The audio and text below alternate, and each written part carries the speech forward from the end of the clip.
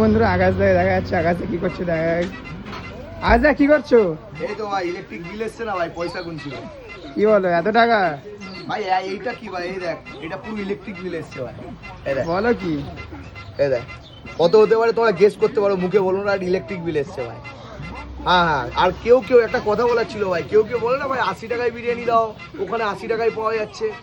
ভাই এই যে টাকাটা দেখছো না ভাই, এটা হয়তো তাদের মাস গেলে ইনকাম আছে ভাই। আর তারপর আমাদের পিছনে একটু ছেলেপুলোগুলোকে দেখিয়ে দাও, এখানে আছে, এদিকে আছে, ঠিক আছে, আরো ভিতরে রেস্ট নিচ্ছে ভাই। এখানে অনেক আমাদের ভাইদের এখানে কাজবাজও করছে, দেখতে পাচ্ছ তো। তো তাদের ভাই, তাদের সাথে আমাদের ভাই তুলনা করো না। তাদের জায়গাটা তাদের, আমাদের জায়গাটা আমাদের। আমরা বলছি না আমরা অনেক ক্লাস এগিয়ে গেছি বা কিছু, সেটা বড় কথা না ভাই। যেখানে 60 টাকায় পাওয়া যাচ্ছে সেখানে তুমি 60 টাকায় খাও না ভাই বিরিয়ানি, 10 টাকায় যেখানে পাওয়া যাচ্ছে খাও না। A1 রেস্টুরেন্টে এসে বারবার বলো কেন 80 টাকায় বিরিয়ানি পাওয়া যায়? ভাই কিছু সংখ্যক লোক বলে, সেটা 2% হয়, তাদেরকে আমি বলছি, তাদেরকে ভিডিওটা ট্যাগ করতে পারে কেউ যদি এরকম টাইপের লোক থাকে। তোমাদের কি মনে হয় 10 টাকা যে বিরিয়ানিগুলো দিচ্ছে সেগুলো কি আদৌ বিরিয়ানি? আরে ওইগুলো বিরিয়ানি না ভাই, এগুলো তোমাদের সাথে স্ক্যাম হচ্ছে। 10 টাকায় কি আদৌ কোনো বিরিয়ানি হওয়া সম্ভব? একেবারেই সম্ভব না। এই ফুচকার প্লেটে করে হাতে ধরে দিচ্ছে, এগুলো তোমাদেরকে স্ক্যাম করছে ভাই।